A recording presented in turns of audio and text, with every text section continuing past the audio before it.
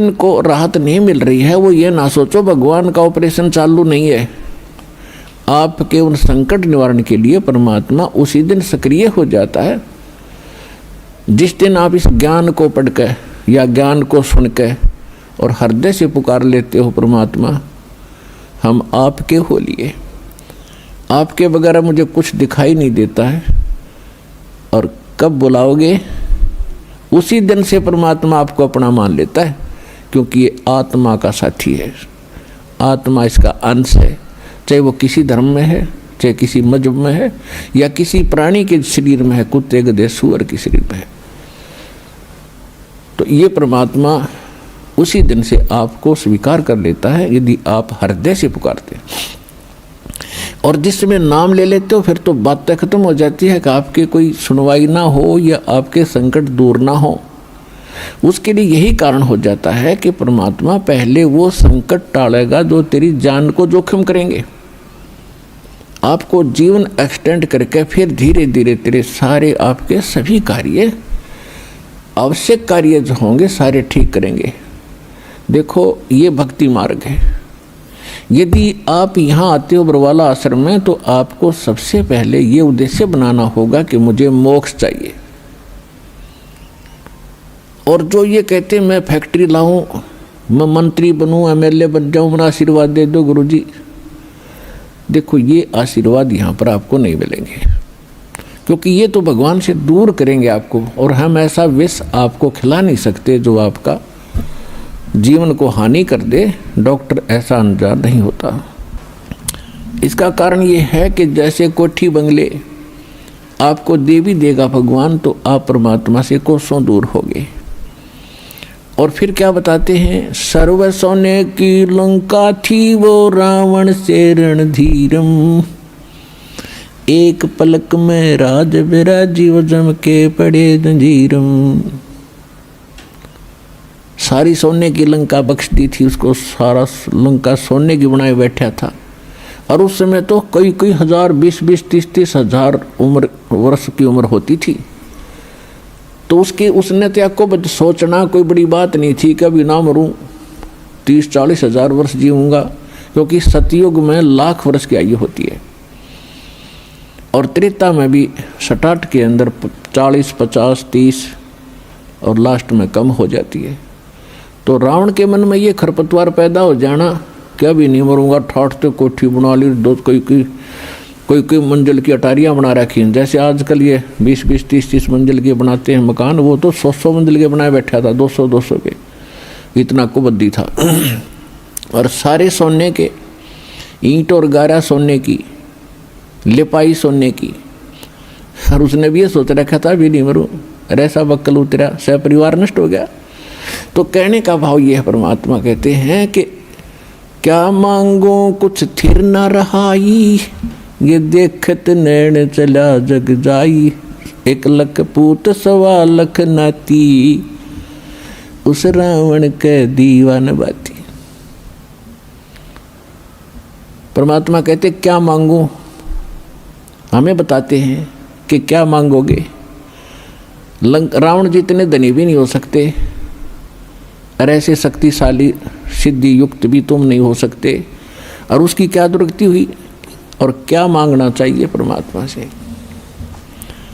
भक्ति दान गुरु दीजियो देवन के देवाओ, जन्म पाया भूलूं नहीं करहूं पद सेवा हो। और फिर क्या मांगे, साईं इतना दीजियो जा मैं कुटुंब समाए, हम भी भूखे न रहे अतिथि न भूख हो जाए। इससे अधिक मांगने की आवश्यकता नहीं भगवान से। कहते उस समर्थ की रीज भुलाई, अब कुल कुटुंब से राता, गर्भ के अंदर बचन भरे थे, कहाँ गई वो बाता। परमात्मा कितने प्यार से समझाना चाहते हैं, भूल गए उन दिनों को।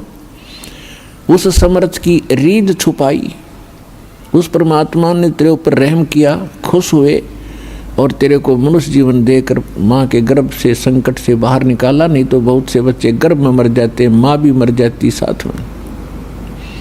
उसकी मेहर से ही तुम ठीक ठाक यहाँ बाहर जन्म लेते हो।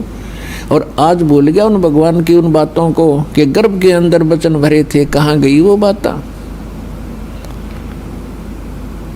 तो पुण्यात्मा, दुख में सुमन सब करें, सुख में करे न कोई, और जय सुख में सुमन करे तो दुख का ही होए। तो सौभाग्य उन पुण्यात्माओं का जो यहाँ आए हैं, जिनके ऊपर कोई आपत्ति है। दास यहाँ देख रहा है कि 80% व्यक्ति भक्त श्रद्धालु केवल दुखी ही आए हैं। कोई रोग से दुखी है, कोई और अन्य शोक है उसको, या कोई अन्य प्रॉब्लम उसके ऊपर आई हुई है। तो आपके लिए वो दुख, आपके लिए वो प्रॉब्लम, आपके लिए वो रोग एक वरदान सिद्ध होगा यदि इस मार्ग पर आप डटे रहे। देखो, एक दिन में कोई वस्तु परफेक्ट नहीं होती। बच्चा जन्म लेता है, आपको खुशी होती है, धीरे धीरे बड़ा होता है, 15, 16, 20 वर्ष के बाद जाकर वो कुछ अपना धंधा करने योग्य होता है। इसी प्रकार आप बीज बोते हो। मान लीजिए आपने आम का बीज बोया, उसकी परवरिश की, देखभाल की, पौधा बना, फिर पेड़ बन गया, और पेड़ बढ़ने के बाद फिर उसका फल लगेंगे। इतने फल लगेंगे कि लदपद हो जाएगा, आप भी खा लोगे, रिश्तेदार भी छक लेंगे। ठीक इसी प्रकार आज आपको, जिनको आज मंत्र मिला है, उन्होंने आज ये सत भक्ति रूपी पौधा आपने आज बीज बोया है इसका, और इसकी सिंचाई करना यानी भक्ति करना, दान धर्म करते रहना, मर्यादा रखना, इसकी बाड़ बनाना। बाड़ बनाने का मतलब है मर्यादा रखना, नियम भंग मत करना। धीरे धीरे रे मना, धीरे सब कुछ हो, माली सिंचे मूल को, फूल फले। धीरे धीरे रे मना, धीरे सब कुछ होए, माली सिंचे सो घड़ा, समय आए फल होए। जैसे माली का मतलब है जो उस प्रोसेस से परिचित, उसका विद्वान है, बाग बगीचे लाने वाला। वो बीज बोता है और उसमें सैकड़ों पानी घड़े डालता है, वाटर पानी के, और धीरे धीरे वो बड़ा होता है। उसको मालूम है, उसको 100% ज्ञान है, वो पूरा उसके ऊपर विश्वास है उसको कि एक दिन ये पेड़ बनेगा। अगर मैं इसकी सुरक्षा ठीक रखूँगा, इसको रोग से बचा कर रखूँगा, और बड़ा होए पाछे फिर देखना मेरे वारे न्यारे कर देगा। तो ठीक इसी प्रकार ये राम नाम का आज ये सच्चा बीज बोया है। आज तक तो आपको आम का नाम लेकर बबूल का बीज बुआ रखा था, और उस बबूल यानी किक्कर की डंडी की आप खूब सेवा भी कर रहे थे। तो बबूल कहता बबूला लगेंगे, आम नहीं लग सकते। भक्ति भी करते थे, ऋषि महर्षि भक्ति खूब करी, जीवन गाल दिए, राज भी त्याग के भगवान के लिए जंगल में जा बैठे। लेकिन वो आम का पेड़ ना होने से, आम का बीज ना बोने से बबूल का बीज बो लिया, उनमें सिद्धियाँ आ गई। आन उपासना करते रहे, पूर्ण परमात्मा की भक्ति ना करके काल भगवान ब्रह्म या ब्रह्मा विष्णु महेश तक की भक्ति करके उन्होंने बबूल का बीज बो के बबूल ही प्राप्त किया।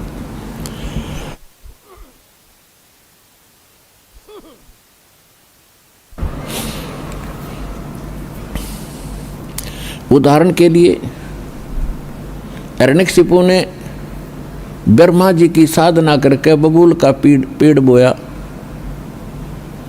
और क्या मिला उसको? सिद्धियां आ गई। ये समझ बैठा कि मैं भगवान बन गया, और कैसा जीवन नाश हुआ उस व्यक्ति का। ऐसे ही रावण ने बबूल बोया था भगवान शिव की भक्ति करके, और क्या प्राप्ति हुई? सिद्धियां होगी, रिद्धि आ गई, सोने के महल बना लिए, आकाश में उड़ जाने की शक्ति आ गई और कुबद को माकर सर्वनाश करा के गया। तो पुण्यात्माओं, इसी प्रकार विष्णु जी की साधना करने वाले ये भी शास्त्र विरुद्ध साधना करके अपना जीवन नाश करते हैं, क्योंकि शास्त्र विधि को त्याग कर जो मनमाना आचरण करते हैं उनको न सुख होता है न कोई सिद्धि होती है, यानी सत्य साधना की सिद्धि, और न ही उनको कोई उनकी गति होती है, जिस कारण से ये भक्ति करके भी अपना जीवन व्यर्थ ही कर गए। तो ये प्रश्न चल रहा है कि धीरे धीरे रेमना और धीरे सब कुछ हो। आज नाम लिया है, किसी ने 6 महीने हो गए, किसी ने सतनाम मिल गया है, किसी को प्रथम मंत्र मिला है, और किसी ने 10 महीने हुए हैं, किसी ने 1 वर्ष हो गया, किसी ने 2 के। जिन भक्तों को 1 वर्ष से ज़्यादा हो गया, 2 वर्ष हो गए हैं, आज उनके सुख सुनना, उनके मुंह का थूक सूख जाएगा अपने सुख बताते बताते। इतने सुख देता है परमात्मा।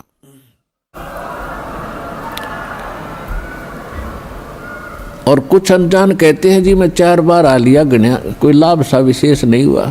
ये उसके लिए प्रार्थना है कि धीरे धीरे रेमना, धीरे सब कुछ हो, माली सींचे 100 गड़ा समय आए फलो। और दूसरा कारण ये होता है, सतगुरु के दरबार में भाई कमी कहे की ना, अनसा मौज नहीं पावता है तेरी चूक चाकरी माँ। इस सच्चे दरबार में किसी चीज की कमी नहीं है। यदि आपको कोई राहत परमात्मा से नहीं मिल पा रही है तो आपका कनेक्शन ठीक नहीं है। अपने आत्माओं, जैसे एक मेन लाइन आई है बिजली के तारों की, और वहाँ से पूरी कॉलोनी को कनेक्शन मिला हुआ है, और किसी एक व्यक्ति का पंखा नहीं चल रहा या मोटर नहीं चल रही या कोई भी आइटम नहीं चल रहा, तो उसका कोई और कारण हो सकता है। या तो पंखा खराब हो सकता है या मोटर खराब हो सकती है, उसको चेक कराओ। और सारा ही व्यवस्था नहीं चल रही कोई भी, तो आपका कनेक्शन ठीक नहीं है। तो यहाँ एक बहुत बड़ी हम गलती करते हैं कि मर्यादा ना रख के भगवान का हम आशीर्वाद प्राप्त नहीं कर पाते, जिस कारण से आप जी का वो कनेक्शन कट जाता है। कहते परमात्मा कहते औखद खावे और पत्थर है, औखद खावे और पत्थर रखे और तब पावे मोक्ष। जैसे दवाई लेते हैं, औषधि लेते हैं, तो उसके साथ कुछ परहेज भी होते हैं। तो इस मार्ग में परहेज कंपलसरी है, परमात्मा के इस मार्ग में। और परहेज वही हैं जो हमने वैसे ना करने चाहिए। बीड़ी, शराब, मांस, तम्बाकू, अन्य देवताओं की पूजा, ये तो वैसे ना करनी चाहिए। बताओ और परहेज क्या है? तो इस करके ये तो अवश्य रखने ही पड़ेंगे यदि आपने भगवान से लाभ लेना है और मोक्ष प्राप्ति करनी है। तो कहने का भाव ये है कि नाम जिन्होंने ले लिया, धीरे धीरे सब काम होंगे। थोड़ा समय दो दाता को, इतने उतावले ना हो। जैसे एक कहता है जी मैंने नाम लिया, मेरा सारे सुख हो गए, तो इसके। और दूसरा कहता है जी मैं 4 बार आ चुका हूँ, अभी तक विशेष राहत मिली नहीं है। पुण्यात्माओं, ये परमात्मा का मार्ग है। इसके लिए आपने ये ध्यान रखनी पड़ेंगी जो बातें दास बता रहा है। अब जैसे किसी का कोई रोगी है और उसको एक्सीडेंट हो गया किसी का, और उससे ब्लड निकल रहा है, रक्त, और उधर से टांग टूट गई, उस पीड़ा भी बहुत घनी हो रही है, तो डॉक्टर सबसे पहले उस स्थान को ऑपरेशन या किसी कारण से ठीक करेगा जहाँ से ब्लड निकल रहा है। अगर उसका ब्लड निकल गया तो नाश मृत्यु हो जाएगी, और वो उस तरफ ध्यान नहीं देगा कि टांग टूट रही है और ये रो रहा है, चिल्ला रहा है कि मुझे पीड़ा है। डॉक्टर इलाज भी कर रहा है और वो ये सोच रहा है कि डॉक्टर का ध्यान को नहीं, मैं मर गया, मेरी तो टांग टूट गई। लेकिन डॉक्टर पागल नहीं है, डॉक्टर पहले देख रहा है कि ये करना आवश्यक है, ये टांग तो बाद में जुड़ जाएगी, इस तरह मरा नहीं गा ये। तो इसी प्रकार आपके जिन्होंने दीक्षा ले ली है और जिनके ऊपर कोई ऐसी आपदा आनी है कि आपकी मृत्यु होनी हो, तो पहले परमात्मा उस मृत्यु को रोकेगा, बाकी संसारिक सुख तो फिर आपका ढेर लगा देगा, आपका जीवन एक्सटेंड हो गया था। तो इस बात को आप ध्यान रखना, यह कोई बालकों का लेख नहीं है और इतने एक मनुष्य जीवन का मिलना हंसी खेल नहीं है, एक सांस भी मनुष्य जीवन की मिलना आपको बालकों का खेल नहीं है।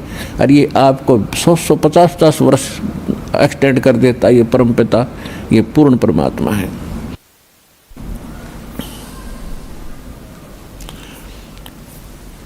तो पुण्यात्माओं, इन बातों पर ध्यान रखना जो दास आपको गाइडलाइन बता रहा है।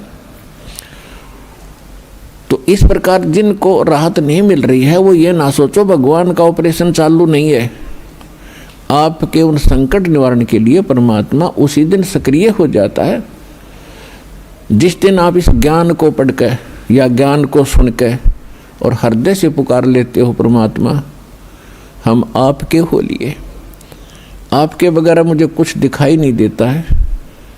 और कब बुलाओगे उसी दिन से परमात्मा आपको अपना मान लेता है, क्योंकि ये आत्मा का साथी है, आत्मा इसका अंश है, चाहे वो किसी धर्म में है, चाहे किसी मजहब में है, या किसी प्राणी के शरीर में है, कुत्ते गधे सूअर के शरीर में है। तो ये परमात्मा उसी दिन से आपको स्वीकार कर लेता है यदि आप हृदय से पुकारते हैं। और जिस समय नाम ले लेते हो फिर तो बात खत्म हो जाती है कि आपके कोई सुनवाई ना हो या आपके संकट दूर ना हो। उसके लिए यही कारण हो जाता है कि परमात्मा पहले वो संकट टालेगा जो तेरी जान को जोखिम करेंगे, आपको जीवन एक्सटेंड करके फिर धीरे धीरे तेरे सारे आपके सभी कार्य, आवश्यक कार्य जो होंगे सारे ठीक करेंगे। देखो ये भक्ति मार्ग है। यदि आप यहाँ आते हो बरवाला आश्रम में तो आपको सबसे पहले ये उद्देश्य बनाना होगा कि मुझे मोक्ष चाहिए। और जो ये कहते मैं फैक्ट्री लाऊं, मैं मंत्री बनूं, एमएलए बन जाऊं, मेरा आशीर्वाद दे दो गुरुजी, देखो ये आशीर्वाद यहाँ पर आपको नहीं मिलेंगे, क्योंकि ये तो भगवान से दूर करेंगे आपको। और हम ऐसा विष आपको खिला नहीं सकते जो आपका जीवन को हानि कर दे। डॉक्टर ऐसा अनजान नहीं होता। इसका कारण ये है कि जैसे कोठी बंगले आपको दे भी देगा भगवान, तो आप परमात्मा से कोसों दूर होगे। और फिर क्या बताते हैं, सर्व सोने की लंका थी वो रावण से रणधीरम, एक पलक में राज विराजीव जम के पड़े जंजीरम। सारी सोने की लंका बख्श दी थी उसको, सारा लंका सोने की बनाए बैठा था। और उस समय तो कई कई हजार, 20-20, 30-30 हजार वर्ष की उम्र होती थी। तो उसने तो आपको सोचना कोई बड़ी बात नहीं थी, कभी ना मरूं, 30-40 हजार वर्ष जीऊँगा, क्योंकि सतयुग में लाख वर्ष की आयु होती है और त्रेता में भी सटाट के अंदर 40, 50, 30 और लास्ट में कम हो जाती है। तो रावण के मन में ये खरपतवार पैदा हो जाना, क्या भी नहीं मरूंगा, ठाठ तो कोठी बना ली, दो कोई मंजिल की अटारियाँ बना रखी हैं। जैसे आजकल ये 20-20, 30-30 मंजिल के बनाते हैं मकान, वो तो 100-100 मंजिल के बनाए बैठा था, 200-200 के, इतना कुबद्दी था। और सारे सोने के, ईंट और गारा सोने की, लिपाई सोने की। और उसने भी ये सोच रखा था भी नहीं मरूं, ऐसा बक्कल उतरा, सह परिवार नष्ट हो गया। तो कहने का भाव ये है, परमात्मा कहते हैं कि क्या मांगो कुछ थिर न रहाई, ये देखत नैन चला जग जाई, 1 लख पूत 1.25 लाख नाती, उस रावण के दीवान बाती। परमात्मा कहते क्या मांगो, हमें बताते हैं कि क्या मांगोगे। रावण जितने धनी भी नहीं हो सकते और ऐसे शक्तिशाली सिद्धि युक्त भी तुम नहीं हो सकते। और उसकी क्या दुर्गति हुई और क्या मांगना चाहिए परमात्मा से। भक्ति दान गुरु दीजियो देवन के देवाओ, जन्म पाया भूलूं नहीं, करहूं पद सेवा हो। और फिर क्या मांगे? साईं इतना दीजियो जा मैं कुटुंब समाए, हम भी भूखे न रहे, अतिथि न भूख हो जाए। इससे अधिक मांगने की आवश्यकता नहीं भगवान से।